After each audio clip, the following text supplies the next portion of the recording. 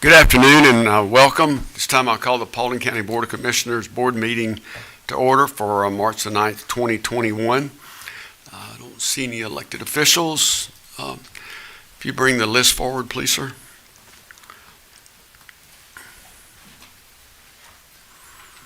Thank you much. I'm going to ask Commissioner Caker if she'll bring us our invocation and lead us in the pledge. Stand if you're able.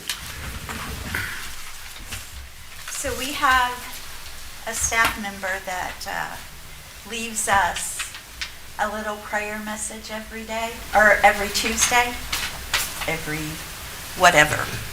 And so I just wanted to share this for our invocation.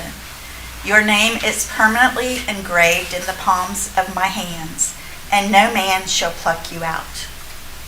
I thought that was something good for today.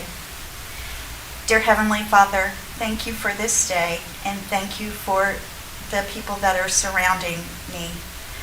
I get a lot of feedback off of them, and I know that you give them that, so please take care of all of them. Take care of all of us as we go through this challenge in life that we have not ever seen before. And just thank you for all the glory that you have given us. Amen. Amen. I pledge allegiance to the flag of the United States of America and to the republic for which it stands, one nation, under God, indivisible, with liberty and justice for all. Thank you, Sandy, very much. Item number one is action to adopt the February 23rd, 2021 work session minutes and the February 23rd, 21 board meeting minutes. Do I hear a motion? Make a motion to approve. Motion approved by Commissioner Stover, and is there a second? Second. Second by Commissioner Hart. Is there any discussion? All those in favor say aye. Aye. And oppose. Carries 5-0. Under announcements, none. Invited guest, none. Bid awards, item number 2 is action to award the fiscal year 2021 roadway side cutting trimming maintenance project 1 to the lowest responsible bidder, NGL and Erosion Control Group, in the amount of $64,184. Do I hear a motion? Motion to approve. Motion approved by Commissioner Caker. Is there a second? Second. Second by Commissioner Dunn. Any discussion? All those in favor say aye. Aye. And any opposed? Carries 5-0. Item number 3 for bid awards is action to authorize the chairman to enter into an agreement with NGL and Erosion Control for the fiscal year 2021 county-side shoulder maintenance services contract in the amount of $854,622. The contract provides multiple cycles for mowing, trimming, and litter pickup on 521 miles of county roads and 21 miles of 4-lane state highways. I'll make a motion that we approve. Is there a second? Second. Second by Commissioner Stover. Any discussion? Carries 5-0. Item number 4 is action to award the milling, base preparation, plant mix paving, and shoulder construction of the entrance road to the Richland Creek Reservoir to the lowest responsible bidder, Bartow Paving Company, in the amount of $289,298.36. Do I hear a motion? Make a motion to approve. Motion approved by Commissioner Stover. Is there a second? I'll second. And Dave, can we go back to number 3? I don't think we actually voted. We got a motion and a second on the floor. Am I correct? No, we voted. Easily could have. I How don't about know. let's just do it again? All right. In case- just- I may be wrong. No, I'd be better safe than. Just to be clear, Mr. Chairman, we've got a motion to approve by Chairman Carmichael and a second by Commissioner Stover. Okay. And let's call for any comments or discussion on that. Okay, all those in favor say aye. Aye. Any opposed? Carries 5-0. Now, on action number 4, we had a motion and a second. Did you get that down, Rebecca, as far as who it was? And any discussion on item number 4? Hearing none, all those in favor say aye. Aye. And any opposed? Carries 5-0. Reports from committees and departments this afternoon. We don't have any. See, is this an agenda item? I don't think so. Mr. Chairman, if I may, it appears that the next item on the agenda is public participation on agenda items. And we had sign up Ms. Lisa Whitfield to speak on Waters Road. I am looking through the agenda here and I don't see an agenda item on Waters Road. She's at the bottom under public participation on non-agenda. Okay, all right, so this will be a non-agenda item, same as this morning. So Right. we'll defer that till we get there. All right, so the consent agenda action is just action to approve the following consent agenda items that we read at the 10 o'clock meeting. So I'll entertain a motion to approve. Motion to approve. Okay, we have a motion to approve by Commissioner Hart. Is there a second? Second. Second by Commissioner Dunn. Is there any discussion? Hearing none, all those in favor say aye. Aye. And any opposed? Consent agenda carries 5-0. No old business. New business is just added as a result of executive session. Item number 8 is action to adopt resolution 21-05, confirming executive session for the purposes of pending and potential litigation. Do I hear a motion? Make a motion to approve. Motion approved by Commissioner Stover. Is there a second? Second. Second by Commissioner Caker. Any discussion? All those in favor say aye. Aye. And any opposed? Carries 5-0. That's the conclusion of our regular business. Executive session is not required this afternoon. We do have and appreciate Ms. Lisa Whitfield being here to speak on safety concerns of Waters Road. Please come forward to the podium, and we've already got you signed in, Lisa, so thank you for being here and sharing your thoughts. Thank you for having me, Commissioners. Yes, I do come to you today as a concerned citizen regarding the safety of Waters Road in Hiram. This road has been a safety concern for my family and neighbors for many years. I submitted packets in advance for your review and consideration since my time today is limited. Did you receive those packets? In the packet, you will find some letters from citizens residing on Waters Road, photos from various accidents that have taken place on Waters Road with descriptions and dates on the back of the photos, and some videos on a disc for your review. These are just a few of the accidents we have taken photos of, not nearly all that have taken place. Many times we have woken up to find evidence of accidents that have been cleared, damage that have been taken place in the night, etc. Again, this is just a sampling. The same goes for the videos. This summer I spoke to Commissioner Hart about this issue because my husband and I have had several close calls, having nearly been hit both on foot, crossing the road, and also just pulling out of our driveway. He implored me to not come to the commissioners' meeting, that he was going to work on this issue for me as well as the safety of other similar cut-through roads in the county, such as Laird Road, Wall Road, and Hughes Road, and to my knowledge, nothing has changed since he has not followed up with me as he said he would, and I took his word in good faith. On Saturday, February 27th, there was a head-on collision accident on this road at my driveway. I had literally been standing in that same spot taking up my trash 5 minutes prior. I've spoken to Keith at the Paulding DOT several times regarding this issue. Cars will enter Waters Road from Nebo and accelerate as they travel down the hill in front of my house at 156 Waters. There's not a speed limit sign when you enter this road from Nebo. It is a genuine safety hazard. He said after the road was paved this summer, he would put up across the road speed test strips at the edge of my driveway for a test, as this would be a good place to put them, as they wouldn't be very visible here, but this didn't happen. What the county has done in the past was to put up one of the flashing slow down signs that would clock the speed. Yes, this clocks someone's speed and it makes them slow down, and then the DOT pulls the data and then it shows that people are in fact slowing down. But logic tells me that this works great while the machine is in place to stop the speeding cars. but obviously you cannot leave this device up 365 days a year. And it's only serving to track the data while the machine is in place, not the other days of the year while people are treating this road like it's their own personal fun racetrack.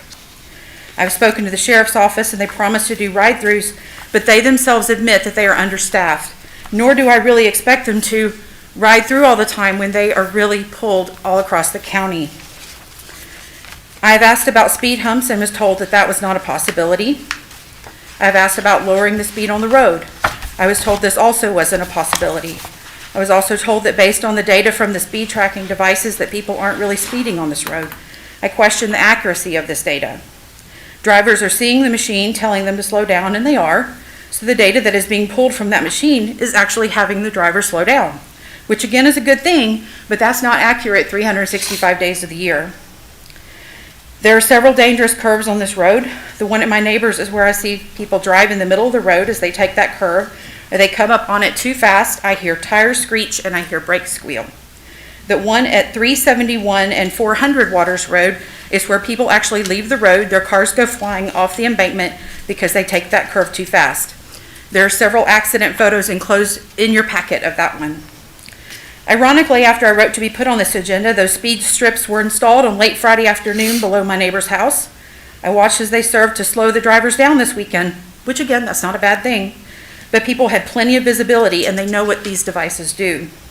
Then I watched as the DOT hurriedly took them up at 11:45 a.m. yesterday morning. In our opinion, the timing of this study was pretty coincidental. After the strips were collected, it became a racetrack again, and I watched and I collected videos all day on Monday. Personally, my neighbors do not feel the data collected from these devices accurately reflect the dangerous drivers and the conditions of this road, despite the numerous times the county has taken data with the recording devices. Drivers know what these devices do. We live here and we see this daily. In closing, I'm here today to ask you, as a concerned citizen, as well as on behalf of my neighbors who elected me as their voice today, what can you do as our county commissioners? What is a possibility? What are our next steps? Thank you for your time and your consideration.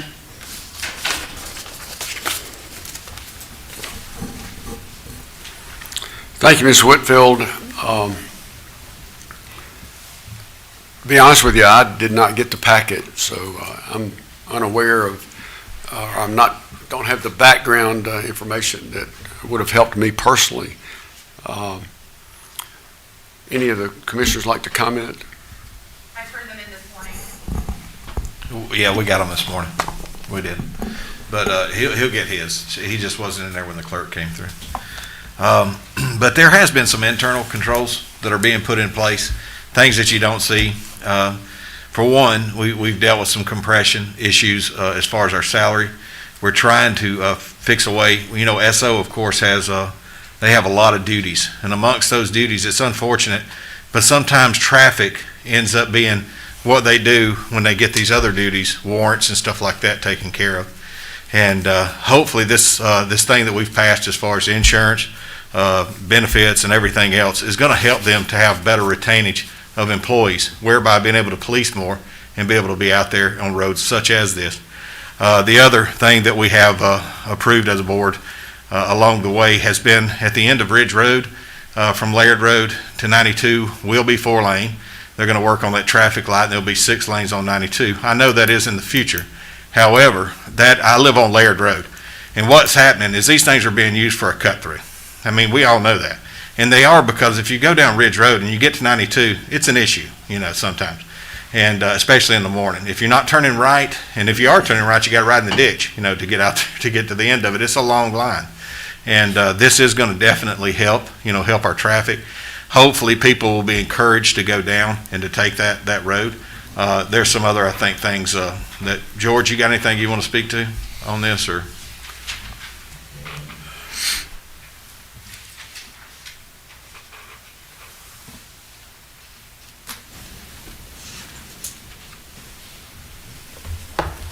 Commissioner Howard, just go over a couple things. The traffic calming policy that the county utilizes for traffic calming devices such as speed humps, speed bumps, etc. They're for roads that are subdivision streets posted 25 miles per hour. So that's the current criteria for roads that are qualified for those devices.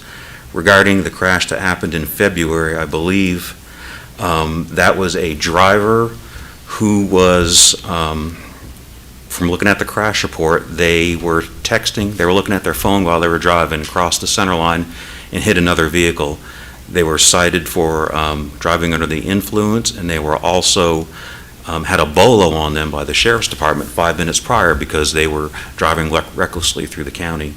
I would just say, driving recklessly is a choice, just like driving while intoxicated is a choice. Most drivers are reasonable, prudent, and safe. The last count we did, I believe there was 1,150 cars per day on a weekday going through Waters Road. That's basically equivalent to 299,000 cars per day going through, 299,000 cars per year, Monday through Friday. Looking at the last 12-month crash history available, there was 2 crashes that weren't on intersections on Waters Road over that time period, documented crashes. One was that one that was driving recklessly, and the other one was a person who lived in a subdivision where their sole access is off Waters Road. So again, I think most people are good drivers, reasonable drivers. There's just a few, obviously, that are not. So, as far as any kind of calming devices, or, what is options? I grew up right down the road there, and we used to walk down Waters Road, come from P.B. Rich when it was elementary. Middle school, going to where I live at. And Rich Davis Road, when I grew up on, it's more curvy, say, than Waters Road, and I remember wrecks all the time there because it was a dirt road then too. But so what is different options that they could even, they may know themselves to think about that a road such as that that we could look at that could help? Obviously, when it comes to road design, this was a road that was not designed. It was probably a path at one time that was wide into a road. I believe it's probably maybe 20 feet wide. But if you look at our newer subdivisions that are built, those are design roads. They're designed to have a speed design, like Seven Hills, any other subdivision. The subdivision side streets are designed for a 25 to 30 mile per hour speed. Your geometrics is basically what forces people to drive a certain speed. If you make a road and you design it straight as an arrow, well, guess what people are going to do? They're going to drive faster. So, you have possibilities to, do some widening in places, curvature improvements, etc. But again, that costs money. We have a budget, as y'all know, and our resources, they go to worst first cases. We look at cases that have the highest severity, highest danger, the funds get allocated towards that. So obviously that leaves no funds for other locations. So we have to prioritize, our work based on, where these incidents are happening most, and that's how we do, that's how we prioritize our work. I think she mentioned the speed hump. I think didn't you say a speed hump maybe as an option or something like that? Or a speed bump or a speed hump? The humps, to maybe slow people down on those curves. If you've had an opportunity to watch the videos, I made videos of people who literally just drive down the center of the road. We own property on both sides, so I'm constantly having to cross the road. I will pull out of my driveway, my husband will pull out of our driveway, and they don't stop. They don't slow down for you to even leave your driveway in a car. Right, I was just making sure, I was making sure you did say speed hump instead of bump, but. Not the bumps, but the things that would slow people down, especially going around those curves. So, I saw trucks that, they're crossing those yellow lines. And this was just a sampling over like 4 days. And what I found was like a social experiment is that when you're recording people, they fly right. Like they know you're recording them, they're going to do the right thing. we can get you a crossing guard, Jack. Yeah, apparently. Well, my husband, as a joke, bought me one of those yellow flashing things to cross the road with, and I'm telling you, it didn't work. Somebody just honked at me and sped up. Right. I guess, they can change the name to the Lisa Whitfield Memorial Road when I get hit. But, he bought it as a joke, but he was serious. Yeah, I'm just making sure you did say speed hump. My neighbors wrote those letters. I don't know if you had, I can get more letters. I can get a petition. What do we need to do These are elderly people, these are people who have hearing issues, they can't hear, they're afraid to go in their yards for being hit. Yeah, I was just, before I made my next comment, I just want to make sure I said it the right way, so apologize. But even like say, those speed humps, what's the policy? posted, what's the policy? Yeah, because she mentioned, I just didn't know if we could get her Right, the basically, policy and just make it is sure. subdivision streets that are posted 25 miles per hour. The measured 85th percentile has to be at least 35 miles per hour, at least 10 miles an hour over that posted speed limit. Those are the roads that qualify. And again, it has to be voted on by the impacted property owners. So you have to have 75% approval. That is the current policy for the county. Thank you, George. You're welcome.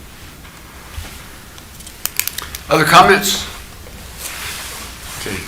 No, I want to thank her, though. I thank you for coming up here. It's a lot to get that stuff, that information up, and to stand up here and to petition the board like you did, and I appreciate that. And I do want you to rest assured that 15 years, of working with the fire department uniform in this county, I'm very concerned about the safety of this county. I am. And we will do everything we can. And like I said, there's some controls actually behind the scene that we don't always see. And I know George, we'll work with George, and we'll try to figure out something to help you guys out. We're going to do our best. But it may not happen overnight, sorry. Is there a reasonable time frame of expectation that we might see something? I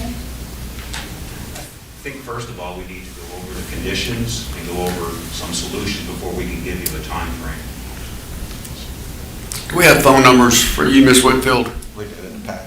Okay. Well, let me just, I